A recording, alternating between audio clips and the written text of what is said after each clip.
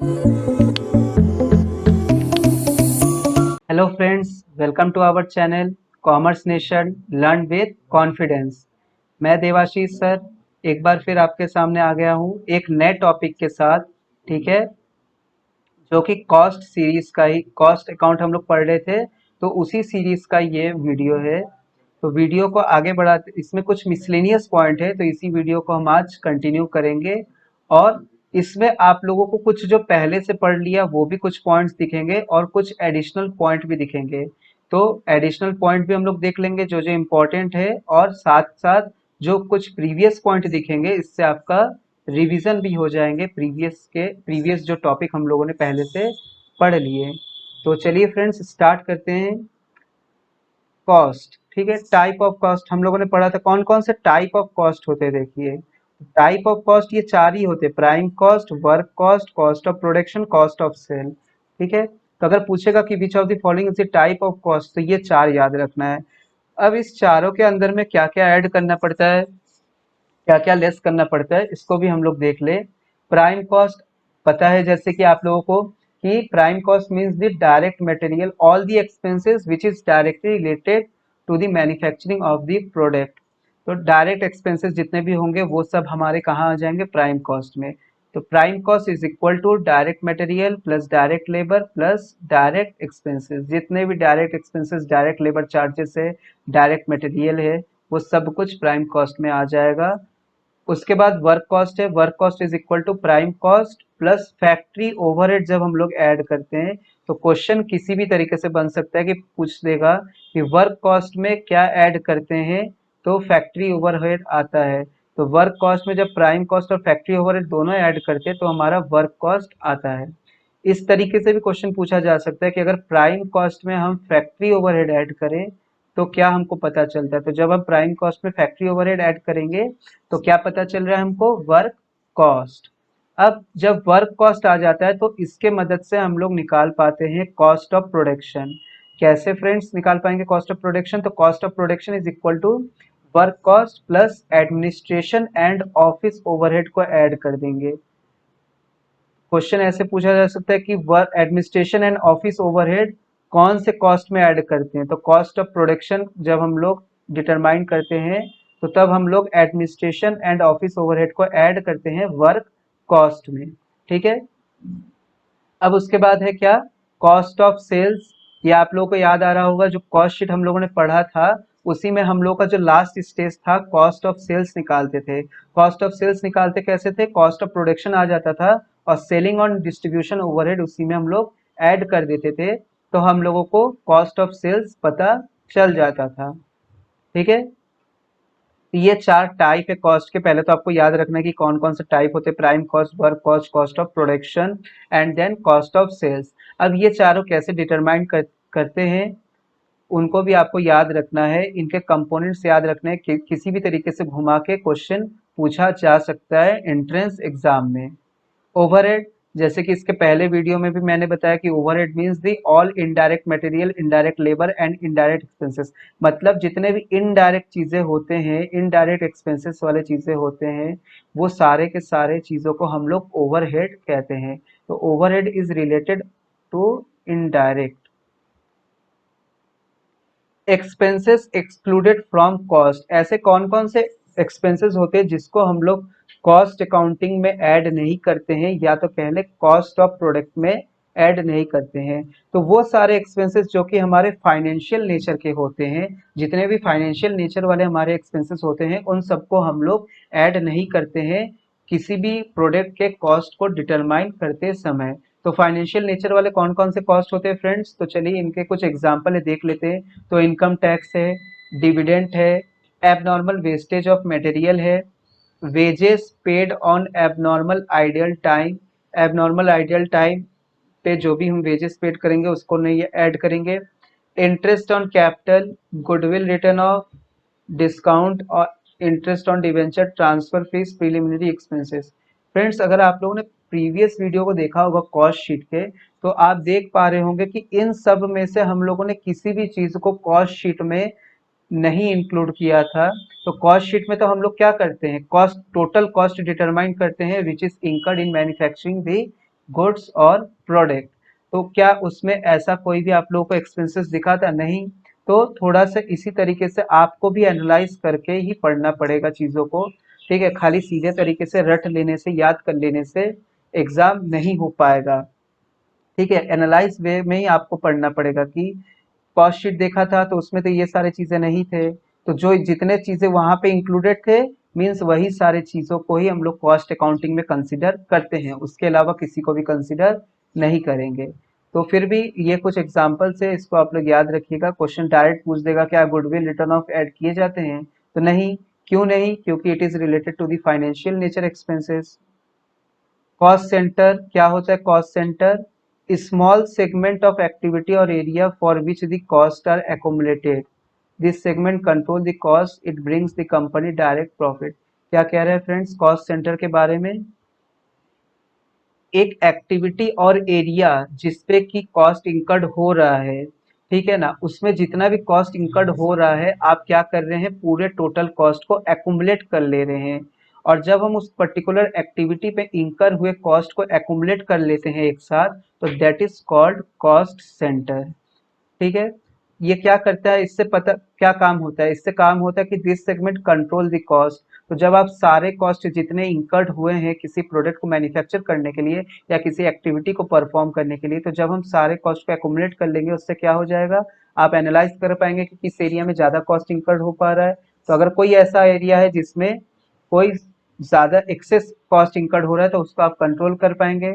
और जब आप उसको कंट्रोल कर लेंगे तो उससे आपका कंपनी का क्या हो जाएगा, कंपनी का डायरेक्ट प्रॉफिट इंक्रीज हो जाएगा, ठीक है friends? Cost driver any factor that influence cost, ऐसे यही स्टेटमेंट पूछ देगा कि any factor that influence cost is called, it is called cost driver, ठीक है फ्रेंड्स? चलिए आगे बढ़ते हैं हम लोग। Carrying cost means cost incurred on maintenance of inventory. जितना भी कॉस्ट हम लोग इनकर करते हैं इन्वेंट्री को मेंटेन करने में, गोडाउन में, वेयर हाउस में, वो सारा का सारा कॉस्ट कैरिंग कॉस्ट कहलाता है। फॉर एग्जाम्पल इंश्योरेंस, तो insurance is your carrying cost. Material control means system control over purchasing, storing and consumption of material. एक ऐसा सिस्टम जिससे हम अपने परचेजिंग को कंट्रोल करते हैं, स्टोरिंग को कंट्रोल करते हैं, कंजम्पशन ऑफ मटेरियल को कंट्रोल करते हैं, तो उन सबको हम लोग क्या कहते हैं, मटेरियल कॉस्ट, ठीक है? मटेरियल को तीन पार्ट्स में डिस्ट्रीब्यूट किए गए हैं, raw material, spare parts, consumable store. तो क्वेश्चन इसमें से पूछ देगा कि इसमें से कौन सा आपका मटेरियल नहीं है, तो कौन सा मटेरियल है वो याद रखिए। तो इसके अलावा जो भी होगा वो मटेरियल आपका नहीं होगा, ठीक है? तो रॉ मटेरियल मटेरियल है आपका, स्पेयर पार्ट्स भी मटेरियल का ही पार्ट है, और कंज्यूमेबल स्टोर भी मटेरियल का ही पार्ट है, ठीक है फ्रेंड्स? चलिए आगे देखें। स्टोर, स्टोर कहाँ होता है? स्टोर फैक्ट्री में होता है, ठीक है? गुड्स का स्टोर कहाँ होता है? गुड्स का स्टोर फैक्ट्री में होता है। Stock, stock means finish goods, ये हम लोगों ने पहले पढ़ा था। Stock includes only finish goods and inventory include both, means both, both नहीं तीनों चीज को इंक्लूड करते हैं, रॉ मटेरियल को भी, वर्क इन प्रोग्रेस को भी, फिनिश गुड्स को भी। ये पूछा जाता है क्वेश्चन कि स्टॉक मीन्स, तो stock means only finish goods and inventory means raw material, work in progress, finish goods, सब कुछ, ठीक है? Purchase requisition is prepared by store keeper, ये पढ़ा था हम लोगों ने परचेस रिक्वेजिशन के बारे में, प्रीवियस वीडियोस को देखिए, ठीक है? उसी में से रिकॉल करिए, पढ़ा था हम लोगों ने परचेस रिक्वेजिशन क्या होता है, कैसे हम लोग इशू करते हैं परचेस ऑर्डर, सब कुछ हम लोगों ने प्रोसेस पढ़ा था, स्टेप्स पढ़ा था, वही है। तो परचेस रिक्वेजिशन ये प्रिपेयर कौन करता है? It is prepared by store keeper. Prepare करके किसको देता है? प्रिपेयर करके परचेस डिपार्टमेंट को देता है कि आप इतने इतने गुड्स को, इतने इतने मटेरियल को क्या करो, परचेस करो, जो जिसका भी शॉर्टेज स्टोर में देखा जा रहा है। अब उसके बाद है आपका परचेस ऑर्डर के बारे में कुछ कहा गया है। देखिए फ्रेंड्स क्या कहा गया है, purchase order prepared by purchase department, purchase requisition is prepared by store department to purchase department, but purchase order is prepared by purchase department. चीजों को लिंक करके पढ़िए, जोड़ के पढ़िए, अगर प्रीवियस कोई पॉइंट इससे रिलेटेड है तो उससे इसको जोड़ के पढ़िए, लिंक करके पढ़िए, तब समझ में आएगा। ठीक है, देखिए कंफ्यूज नहीं होना है। परचेस रिक्विजिशन कौन बनाएगा? Store department. परचेस डिपार्टमेंट के लिए परचेस ऑर्डर कौन बनाएगा? परचेस डिपार्टमेंट बनाएगा, अपने सप्लायर को भेजेगा बना के। ठीक है ना। इंचार्ज ऑफ स्टोर डिपार्टमेंट पढ़ा था इसको भी हम लोगों ने, कि स्टोर डिपार्टमेंट का इंचार्ज कौन होता है? स्टोर डिपार्टमेंट का इंचार्ज स्टोर कीपर होता है। तो फ्रेंड्स, आप लोगों को कुछ चीजें रिकॉल भी हो रहे हैं और कुछ नए पॉइंट्स भी मिल रहे हैं इस वीडियो में। तो इस वीडियो को बनाने का पर्पस यही था कि जो इम्पोर्टेंट मिसलेनियस पॉइंट है वो भी इसमें रिकॉल हो जा रहे हैं, मिल जा रहे हैं आप लोगों को, और प्रीवियस जो पॉइंट्स थे जो कि वीडियोस में कवर किए गए थे वो भी हमने इस वीडियो में ऐड ऑन किया है। बिन कार्ड क्या होता है? स्टोर लेजर क्या होता है? इसको भी हम लोगों ने देखा था। बिन कार्ड जिसमें सिर्फ क्वांटिटी रिकॉर्ड होता है, स्टोर लेजर जिसमें क्वांटिटी और उसका प्राइस दोनों रिकॉर्ड होता है। बिन कार्ड कौन मेंटेन करता है? Store keeper. और स्टोर लेजर कौन मेंटेन करता है फ्रेंड्स? Accounts department. ठीक है, इसको और डिटेल में देखने के लिए जरूर से प्रीवियस वीडियो देखिए। यहाँ पे तो बस मैंने चीजों को एज ए रिविजन के फॉर्म में रखा है। Not necessary that the balance of both are equal, मतलब ये जरूरी नहीं है कि बिन कार्ड और स्टोर लेजर का बैलेंस इक्वल हो जाए। ठीक है। इशू ऑफ मटेरियल, ये मोस्ट इंपॉर्टेंट टॉपिक है फ्रेंड्स, आपके लिए मोस्ट मोस्ट इंपॉर्टेंट है। इसमें से क्वेश्चन हर बार 2-3 क्वेश्चन तो देखे ही जाते हैं और उससे ज्यादा भी हो सकता है। ये मोस्ट इंपॉर्टेंट टॉपिक है। तो इशू ऑफ मटेरियल, तो फोरमैन इज इन फैक्ट्री, तो मटेरियल इशू कौन करता है? फैक्ट्री में जो फोरमैन होते हैं वो इशू करते हैं। He is the head of mechanic material request sent by foreman to store department. ठीक है, ये हेड होता है मैकेनिक मैकेनिक मैकेनिक मटेरियल का। ठीक है, और ये रिक्वेस्ट भेजता है, request sent by foreman to store department. Foreman, क्या जरूरत है स्टोर डिपार्टमेंट में, कितना सामान का जरूरत है फैक्ट्री में, स्टोर में, वो स्टोर डिपार्टमेंट को क्या करता है? ऑर्डर भेजता है, रिक्वेस्ट सेंड करता है कि किस मटेरियल का रिक्वायरमेंट है। ठीक है। बिल ऑफ मटेरियल, देखिए कैसे कैसे इशू हो रहा है मटेरियल वो बताया जा रहा है। पहले तो फोरमैन रिक्वेस्ट सेंड करता है, फिर बिल ऑफ मटेरियल आता है। Bill of material is a complete compute compute नहीं होगा फ्रेंड्स, यहाँ पे कंप्लीट होगा। Complete list of all material required for a particular job prepared by A production department.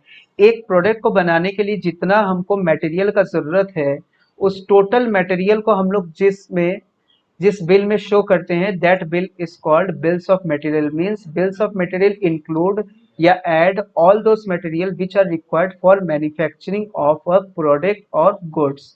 ठीक है फ्रेंड्स। अब हम लोग देखेंगे फ्रेंड्स कि आप लोगों ने नाम सुना होगा एमकॉम फ्रेंड्स, आप लोग कॉस्ट अकाउंट पढ़े होंगे सेकेंड ईयर में, कोई कोई फ्रेंड्स हमारे थर्ड ईयर में भी पढ़े होंगे कॉस्ट अकाउंट। तो हम लोग सुनते होंगे उसमें फीफो लीफो हीफो। ठीक है ना। तो फीफो लीफो इसमें से भी क्वेश्चन अक्सर देखे जाते हैं, और ये 100% श्योर है कि इसमें से कम 2 क्वेश्चन से 3 क्वेश्चन हर बार देखे जाते हैं, पूछे जाते हैं। यहाँ पे आप लोग देखिए ध्यान से, अब इस पार्ट को देखिएगा कि फीफो मतलब क्या होता है, लीफो मतलब क्या होता है, सब कुछ मैं बताने जा रहा हूँ। तो फीफो मतलब, FIFO means the first in first out. Full form भी पूछ देता है उसको कभी कभी, फुल फॉर्म भी कभी कभी पूछ देता है कि फुल फॉर्म को कभी उल्टा गलत पूछ दिया तो आपको सही वाला पता होगा कि फीफो मीन्स क्या होता है। फीफो मीन्स तो फर्स्ट इन फर्स्ट आउट। तो जब सही वाला पता होगा तो हम आराम से इजी वे में जो गलत होगा, ऑड वाला जो होगा, आप उसको बता सकते हैं और ऑप्शन सही मार्क करके इजीली आप लोग आ सकते हैं। तो फीफो मीन्स होता क्या है, देखिए फर्स्ट इन मतलब जो पहले आया वो पहले जाएगा, मतलब वही ना हुआ, फर्स्ट इन फर्स्ट आउट, पहले आया पहले गया। वही देखिए मैंने लिखा हुआ है goods which is come first sold first, जो सबसे पहले आएगा सामान वो सबसे पहले सोल्ड होगा। लेटेस्ट कॉस्ट ऑफ परचेज, जो कॉस्ट ऑफ परचेज होगा वो आपका लेटेस्ट प्राइस पे शो करेगा। क्वेश्चन यहीं से बनते हैं कि लेटेस्ट परचेज प्राइस किस पे शो होगा, तो फीफो मेथड से। Closing stock is recorded on latest cost. ठीक है, इंपॉर्टेंट मार्क करिएगा इसको, यहीं पे फंसाता है, यहीं पे क्वेश्चन कंफ्यूज करता है क्लोजिंग स्टॉक के बातों को ही। तो फीफो में क्लोजिंग स्टॉक लेटेस्ट कॉस्ट पे शो किया जाता है, मींस मार्केट प्राइस पे। ठीक है, FIFO is suitable when price is falling. ठीक है, तो कैसे याद रखना है, देखिए F for FIFO and F for falling price. F for FIFO तो एफ फॉर फॉलिंग प्राइस, तो एफ मींस फॉलिंग, ऐसे याद रखना है। तो क्वेश्चन अगर आ गया कि कौन से मेथड में हमारा जब प्राइस कौन सा मेथड सुटेबल होगा जब प्राइस हमारा फॉल करेगा फ्रेंड्स, तो कौन सा मेथड सुटेबल होगा, जब FIFO method is suitable when price is falling. तो याद रखने का तरीका मैंने बता दिया, तो कि एफ फॉर फीफो, तो एफ मींस फॉलिंग प्राइस, ऐसे याद रखना है। Production cost can be known precisely, अगर हम फीफो मेथड को फॉलो करते हैं तो प्रोडक्शन कॉस्ट इससे प्रिसाइसली और एक्यूरेटली एसर्टेन कर सकते हैं। ठीक है, अब उसके बाद क्या दिया हुआ है, if market price increases continuously then this method is not suitable. ये भी इंपॉर्टेंट है कि पूछ देगा क्वेश्चन कि मार्केट प्राइस जब कंटिन्यूअस इंक्रीज होता रहता है तो कौन सा मेथड सुटेबल नहीं है, तो कौन सा मेथड सुटेबल नहीं है, when price is increasing. When price increase होता है तो कौन सा मेथड सुटेबल नहीं है, तो फीफो मेथड इज सुटेबल नहीं है, क्योंकि फीफो मेथड कब सुटेबल है, व्हेन प्राइस इज फॉलिंग। तो प्राइस इंक्रीज होगा तो ये कहाँ से सुटेबल हो जाएगा, किसी एक में ही ना सुटेबल हो सकता है, दोनों में तो सुटेबल नहीं होगा। तो इसके पहले तो मैंने आपको बता दिया ना कि जब प्राइस फॉल होगा तब ये सुटेबल है, यानी कि जब प्राइस बढ़ेगा तब ये सुटेबल नहीं है। सिंपल वे है याद रखने का। ठीक है फ्रेंड्स, तो चलिए अगले मेथड को हम लोग देखते हैं, लीफो। लीफो मींस, लीफो का फुल फॉर्म का क्या है, लास्ट इन फर्स्ट आउट। मतलब जो सबसे आखिरी में आया, जो अभी एकदम नया नया खरीदा जिस सामान को, सबसे पहले वो सोल्ड होगा, और सबसे पुराना जिसको खरीद के रखा हुआ है वेयर हाउस में, वो सबसे लास्ट में सोल्ड होगा। मतलब जस्ट रिवर्स किसका है हो गया ये, फीफो का। यानी कि फीफो जिस चीज में सुटेबल था उसमें ये अनसुटेबल हो जाएगा, और जिसमें फीफो अनसुटेबल था उसमें ये सुटेबल हो जाएगा। ये शॉर्टकट वे है याद रखने का। ठीक है, तो देख लीजिए आप, closing stock is at oldest price, उसमें क्या था, फीफो में चीजों को जोड़ के पढ़िए। ठीक है ना, प्रीवियस वाले, जो प्रीवियस से हमेशा दूसरे वाले को लिंक करके पढ़िए, जोड़ के पढ़िए, तब समझ में आएगा। क्लोजिंग स्टॉक फीफो में क्या था, लेटेस्ट प्राइस पे था, तो क्लोजिंग स्टॉक लीफो में क्या आ जाएगा, जस्ट अपोजिट हो जाएगा, ओल्डेस्ट प्राइस पे। ठीक है, LIFO is suitable when price is increasing, क्योंकि फीफो प्राइस जब बढ़ता है तो उसमें अनसुटेबल होता है, देखा था अभी हम लोगों ने, ये देखिए प्राइस इंक्रीज होगा तो ये अनसुटेबल है, नॉट सुटेबल है, तो इसमें क्या हो जाएगा, ये सुटेबल हो जाएगा। LIFO is useful for non durable goods. ठीक है, नॉन ड्यूरेबल गुड्स के लिए लीफो यूजफुल होता है। ठीक है, तो यही पॉइंट्स इंपॉर्टेंट है, तीन पॉइंट्स जो इसमें बताया फ्रेंड्स, तो क्वेश्चन इसी में से घुमा फिरा के पूछ देगा, लास्ट इन फर्स्ट आउट का फॉर्म पूछ देगा कि लीफो मतलब क्या होता है, लीफो मतलब लास्ट इन फर्स्ट आउट।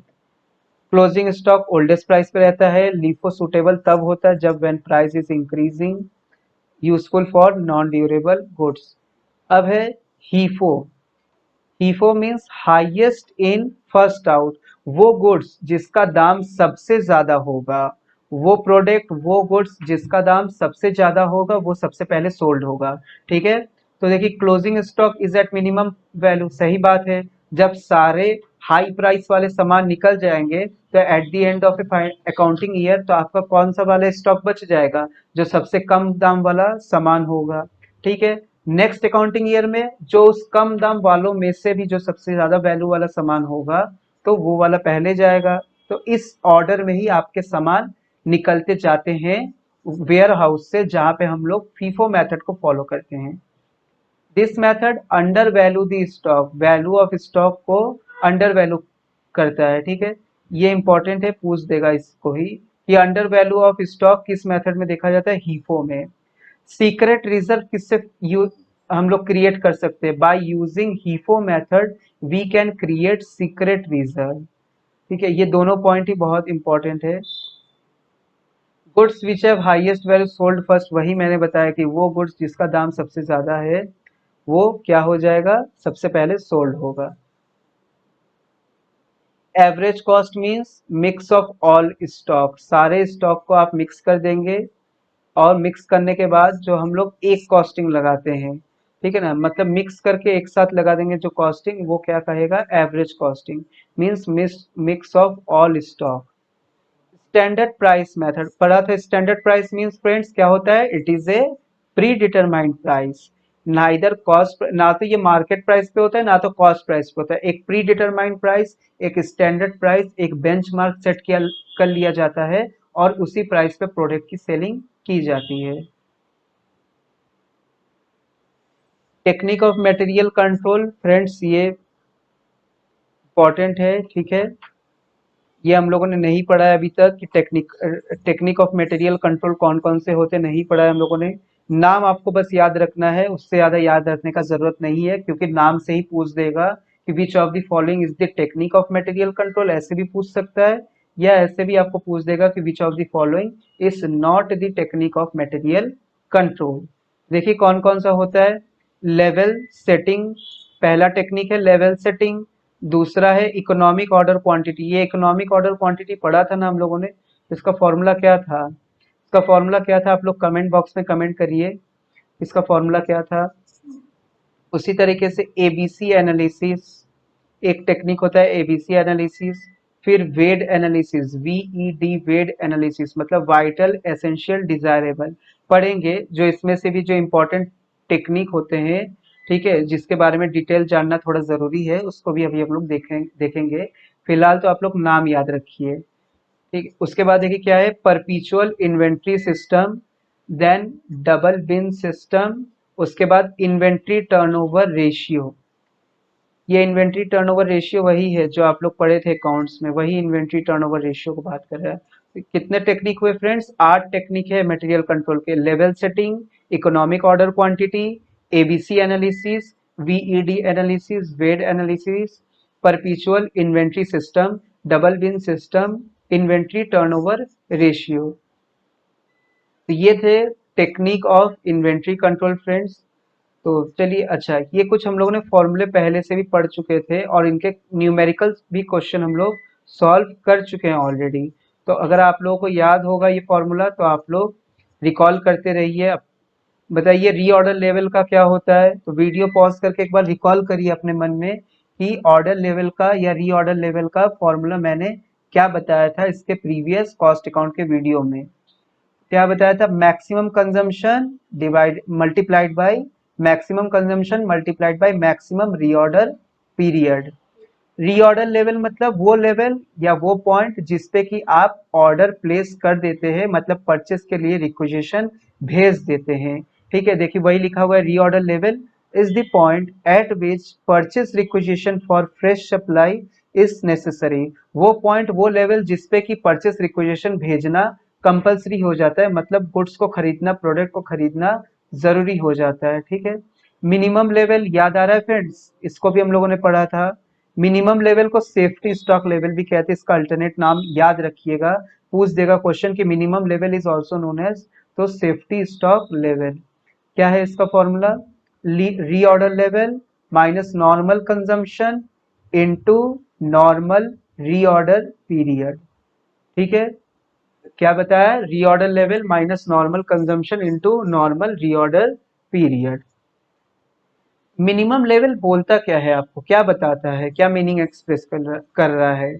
तो मिनिमम लेवल हमको क्या बता रहा है, minimum level represent the minimum quantity of material which must be maintain at all the level. मतलब वो मिनिमम लेवल ऑफ स्टॉक जो कि हमेशा हमारे वेयर हाउस में रहने चाहिए, उससे कम हमारा स्टॉक नहीं होना चाहिए, ठीक है ना फ्रेंड्स। ये होता है मिनिमम लेवल का मतलब कि एक मिनिमम लेवल ऑफ स्टॉक जो कि हमेशा मेंटेन होने चाहिए आपके वेयर हाउस में। मैक्सिमम लेवल मतलब वो लेवल ऑफ स्टॉक जिससे ज्यादा हम अपने वेयर हाउस में गुड्स को मेंटेन नहीं रखेंगे, नहीं करेंगे, नहीं तो उससे क्या होगा, अननेसेसरी आपका कैरिंग कॉस्ट होगा। कैरिंग कॉस्ट अभी पढ़ा है हम लोगों ने, कैरिंग कॉस्ट मतलब वो कॉस्ट जो कि आपको इन्वेंट्री मेंटेन करने के लिए जो कॉस्ट इंकट किए जा रहे हैं, वो कॉस्ट हमारे क्या होते हैं, कैरिंग कॉस्ट होते हैं। तो अननेसेसरी कैरिंग कॉस्ट बढ़ाना नहीं है। तो मैक्सिमम लेवल मतलब वो लेवल जिसके बाद हम स्टॉक को नहीं स्टोर करेंगे अपने गोडाउन में। क्या फॉर्मूला है, याद आ रहा है कुछ इसका फॉर्मूला भी आपको,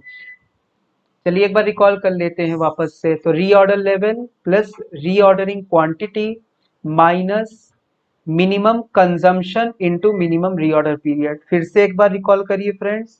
reorder level plus reordering quantity minus minimum consumption into minimum reorder period. Danger level क्या क्या याद आ रहा है इससे? डेंजर लेवल क्या है, याद आ रहा है आपको? डेंजर लेवल मीन्स मतलब वो लेवल जहां पे normal issue of stock stop कर दिया जाता है। कुछ याद आया अब?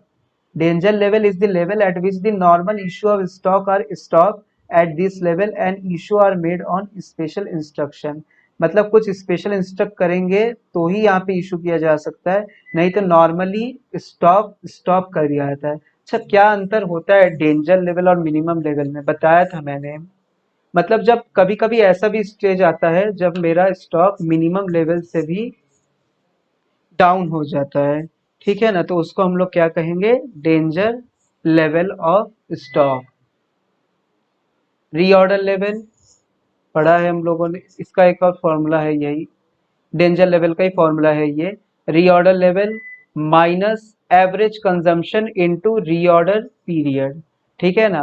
इसका एक अल्टरनेट भी फॉर्मूला है, average consumption minus maximum reorder period for emergency purchase. तो डेंजर लेवल का वहाँ इसके पहले भी हम लोगों ने जो वीडियो में फॉर्मूला बताया था वो भी फॉर्मूला याद करिएगा फ्रेंड्स। और इसका जो अल्टरनेट फॉर्मूला है ये भी आपको मेमोराइज करना है, याद करके रखना है, ठीक है।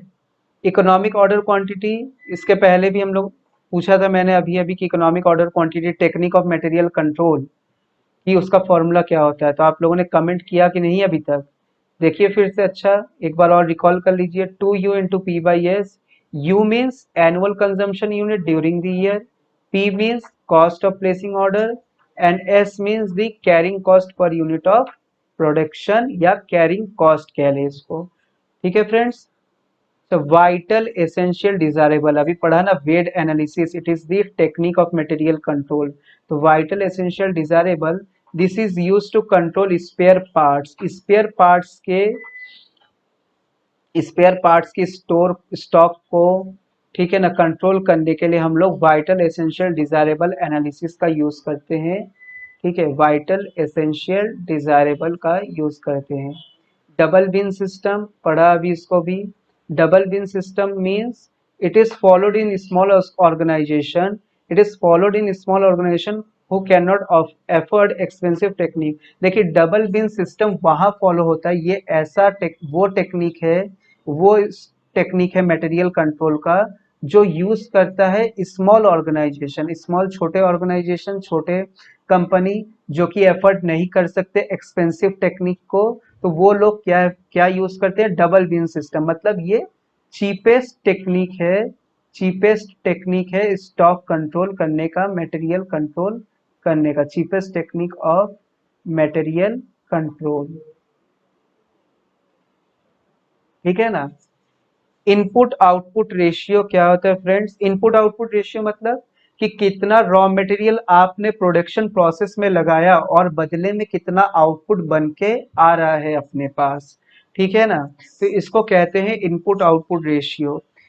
तो अगर डिफरेंस ज्यादा हो गया कि इनपुट आपने बहुत ज्यादा रॉ मटेरियल लगाया लेकिन फिनिश गुड्स हमारा उतना नहीं आ पाया, तो यानी कि आपका वेस्टेज ज्यादा हो रहा है। तो इस रेशियो से आपको पता चलेगा कि कितना इनपुट आपने प्रोडक्शन प्रोसेस में यूज किया, बदले में कितना आउटपुट आपको रिसीव हो रहा है।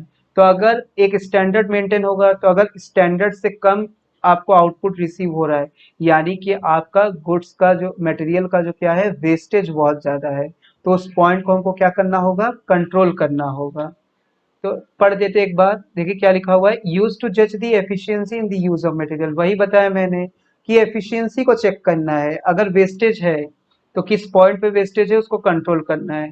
The ratio indicate the relation between unit of material put into the production, बताया मैंने कितना प्रोडक्शन में आप यूनिट को यूज कर रहे हैं, रॉ मटेरियल को यूनिट को यूज कर रहे हैं, और कितना बदले में यूनिट ऑफ प्रोडक्शन आपको रिसीव हो रहे हैं, मतलब फिनिश गुड्स रिसीव हो रहे, इसी के रेशियो को बताएगा। और साथ साथ आपको पता चल जाएगा कितना एफिशिएंटली आप अपने मटेरियल को यूज कर पा रहे हैं, और वेस्टेज अगर है तो उसको कैसे कंट्रोल करें। चलिए फ्रेंड्स, एक दो पॉइंट और है उसको भी देख लेते हैं। FNSD एनालिसिस मतलब divide the items in 4 category, ठीक है ना। गुड्स को, आइटम्स को, प्रोडक्ट को 4 कैटेगरी में क्या कर देता है, डिवाइड कर देता है।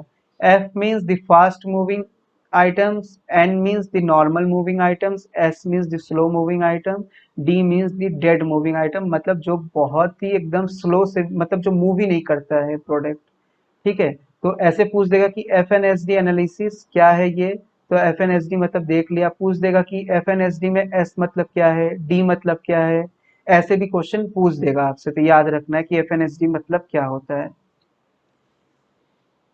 हम लोगों ने कल पढ़ा था प्रोसेस कॉस्टिंग के बारे में, और देखा था कि नॉर्मल लॉस, एबनॉर्मल लॉस को कैसे रिकॉर्ड किया जाता है या कैसे एडजस्ट किया जाता है। थोड़ा सा उस पॉइंट को भी एक बार रिकॉल कर लें। Normal loss recorded only in quantity in the credit side of the process account, मतलब नॉर्मल लॉस का जो वेस्टेज है फ्रेंड्स, उसको हम लोग गुड यूनिट ऑफ प्रोडक्शन से ही रिकवर कर लेते हैं, लेकिन एबनॉर्मल लॉस को हम लोग प्रॉफिट एंड लॉस के डेबिट साइड में रिकॉर्ड करते हैं। याद होगा अगर आप लोगों को, आप लोगों ने अगर मेरे प्रीवियस वीडियोस को देखे होंगे तो आपको जरूर याद होगा कि नॉर्मल वेस्टेज का एडजस्टमेंट हम लोग कहाँ करते हैं, प्रोसेस कॉस्टिंग में ही हम लोग उसके यूनिट को शो कर देते हैं सिर्फ। और नॉर्मल वेस्टेज को कौन बॉन्ड करता है, good unit of production.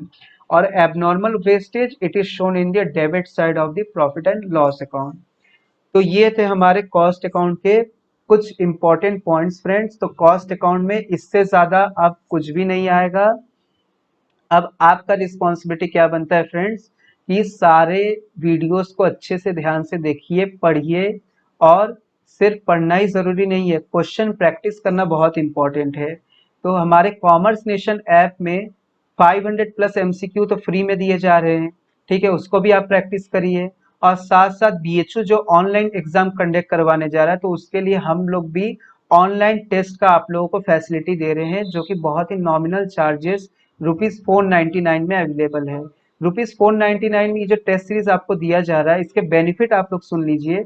10 plus test series अभी तक ऐड किए जा चुके हैं, और हर रोज एक नया टेस्ट सीरीज ऐड किए जा भी रहे हैं। हर एक टेस्ट सीरीज को आप 2 बार अटेम्प्ट कर पा रहे हैं, यानी कि आप 10 प्लस टेस्ट सीरीज है तो आप 20 प्लस टाइम अटेम्प्ट घर बैठ के अपने मोबाइल से अटेम्प्ट कर पा रहे हैं। और एग्जाम देने से पहले ही आप 20 टाइम्स आप बैठ के फिर आप एक्चुअल एग्जाम देने जा रहे हैं, ठीक है ना। तो इससे आपका प्रिपरेशन कितना अच्छा हो जाएगा सोचिए जरा, और कॉन्फिडेंस लेवल भी इंक्रीज हो जाएगा, ठीक है। और साथ ही आपका कहाँ पे किस पॉइंट पे परफॉर्मेंस लैग कर रहा है, आप उसको भी एनालाइज करके इम्प्रूव कर पाएंगे।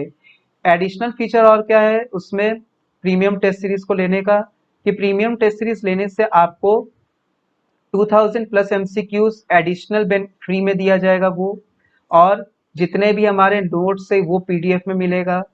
साथ ही आपको व्हाट्सएप, जितने भी प्रीमियम फ्रेंड्स हैं हमारे, उनको कॉमर्स नेशन के व्हाट्सएप ग्रुप में ऐड किए जाएंगे, और ऐड करके आप उसमें से अपने क्वेरीज तो क्लियर कर ही पाएंगे। साथ ही हर इवनिंग को, एवरी इवनिंग उसमें 30 MCQs के टेस्ट सीरीज कंडक्ट करवाए जा रहे, वो एकदम फ्री है, बिना किसी चार्जेस के। तो हर रोज उसमें भी प्रैक्टिस करिए, प्रीमियम टेस्ट सीरीज में प्रैक्टिस करिए।